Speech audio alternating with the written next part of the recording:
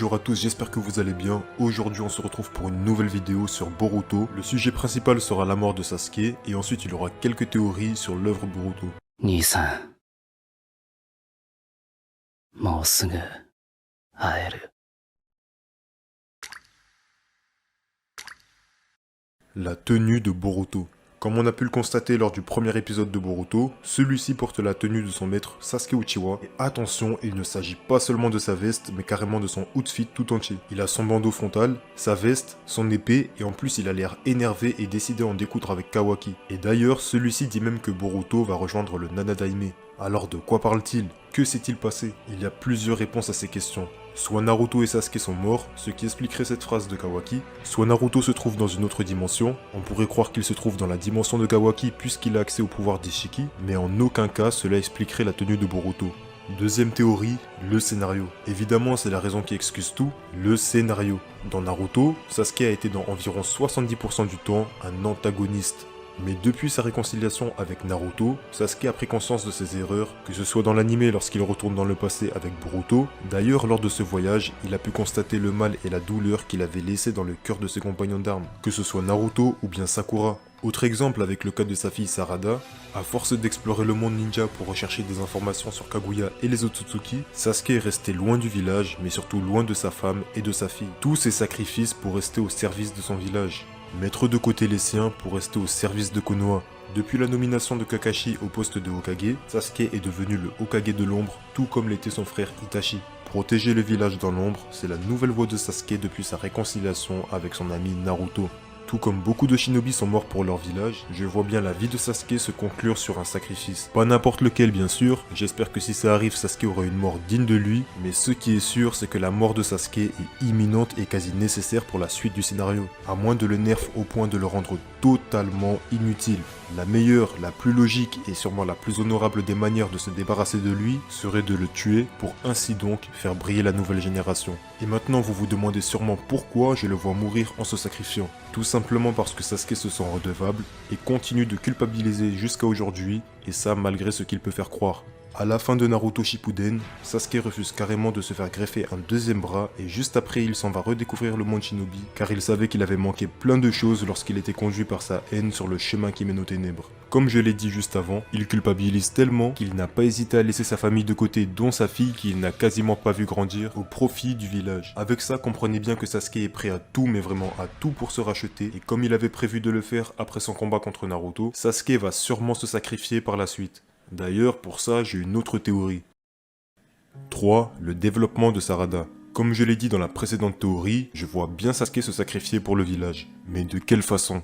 C'est un secret pour personne, même ceux qui ne regardent pas les scans savent que Naruto et Sasuke sont nerfs. Pour moi c'est une évidence, depuis le début de Boruto ils sont nerfs, mais c'est encore plus flagrant aujourd'hui avec la perte du Rinnegan pour Sasuke et la perte de Kurama pour Naruto. Et malheureusement à l'heure actuelle, les deux anciens rivaux sont devenus impuissants et quasi inutiles face à des menaces comme Code. Et aujourd'hui, à cause de Eida, ils sont scénaristiquement mis de côté à cause des excellentes facultés que cette femme possède. Cependant, malgré que Sasuke en l'occurrence soit largué en termes de puissance, il a tout de même promis à Boruto qu'il le tuera si Momoshiki venait à prendre le dessus sur lui. D'ailleurs, même les Kage sont chauds pour en découdre avec lui si ça part en cacahuète, mais logiquement, vu le premier épisode, ça ne devrait pas se passer. Mais bref, du coup si Sasuke venait à se battre contre Boroshiki, on pourrait assister à un combat à mort entre Sasuke et Boruto, où Sasuke perdrait la vie soit parce qu'il est dépassé, soit parce qu'il décide de se sacrifier, en léguant un héritage à son disciple. En tout cas, la mort de Sasuke servirait aussi à Sarada, elle a déjà éveillé son Sharingan depuis longtemps, et comme on le sait, les Uchiwa éveillent leur Mangekyou Sharingan grâce à un sentiment fort comme la haine ou la rancœur, sentiment qu'ils éprouvent après la perte d'une personne chère. Voilà une raison de plus qui pourrait justifier une potentielle mort de Sasuke. Et maintenant je vais aller encore plus loin dans cette théorie en vous disant carrément quel pouvoir Sarada obtiendra après l'éveil de son Mangekyou Sharingan. Personnellement, je pense qu'elle pourra se téléporter n'importe où et à n'importe quel moment, que ce soit sur Terre ou bien carrément dans d'autres dimensions. Vous vous demandez sûrement pourquoi encore une fois, c'est très simple. On sait bien que les Uchiwa éveillent leur pouvoir en fonction de la cause de l'activation de leur Mangekyou Sharingan. Pour Obito c'était Kamui, à cause de la mort de Rin qu'il a vu mourir de la main de son meilleur ami, et à ce moment-là, il aurait sûrement voulu que Kakashi passe au travers de Rin. Malheureusement c'est arrivé, mais Kakashi a bel et bien transpercé la chair de Rin, la laissant pour morte. Après avoir assisté à la scène de loin, Obito reçut le pouvoir de se rendre intangible et d'aspirer dans sa dimension n'importe quoi, à condition d'être à courte distance. Quant à lui, Kakashi reçut lui aussi le pouvoir d'aspirer dans sa dimension n'importe quoi, mais seulement à moyenne ou longue distance. Ainsi donc, Sarada pourrait recevoir un pouvoir comme la téléportation, tout simplement parce qu'elle aurait voulu arriver rapidement sur les lieux pour apporter de l'aide à son père. C'est donc ce regret d'être arrivé trop tard ou de ne pas avoir été là pour aider son père qui causerait l'éveil du Mangekyou Sharingan de Sarada et de ce pouvoir dont j'ai parlé. Ensuite, j'ai aussi vu cette scène qui me fait croire que c'est du foreshadowing, où on voit les statues des Hokage derrière Naruto, et comme par hasard, Hashirama et Naruto sont cachés derrière l'espèce de pont en ferraille ou je sais pas trop ce que c'est, mais le fait que Hashirama le premier Hokage et Naruto les derniers Hokage à ce jour soient cachés, signifie sûrement que l'ère des Kage va passer, et si l'ère des Kage passe, l'ère des Shinobi passera aussi, c'est une évidence. Et ce qui donne selon moi du crédit à cette théorie, c'est ce dialogue entre Boruto et Kawaki, mais aussi l'arrivée de la technologie dans le monde Shinobi. Et comme si c'était pas suffisant, on nous a carrément ramené un genre de scientifique qui a pu nous fabriquer des cyborgs plus forts que Jigen. On voit de plus en plus la technologie prendre le dessus sur le monde qu'on a connu dans Naruto.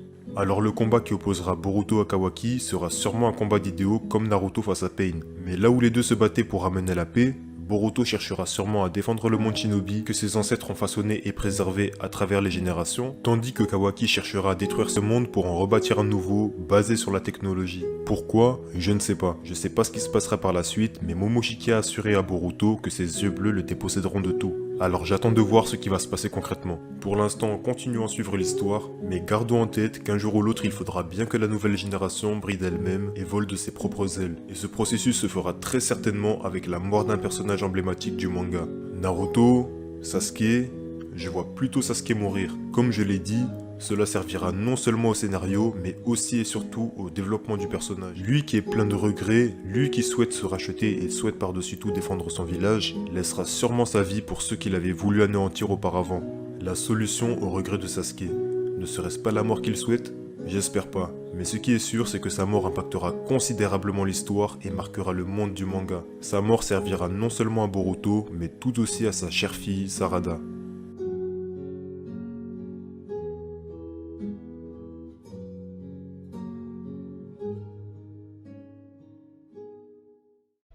Voilà, du coup c'est tout pour cette vidéo, j'espère qu'elle vous aura plu, j'espère que Sasuke ne va pas mourir, mais j'ai l'impression que c'est quasi inévitable pour plusieurs faits que j'ai cités dans cette vidéo.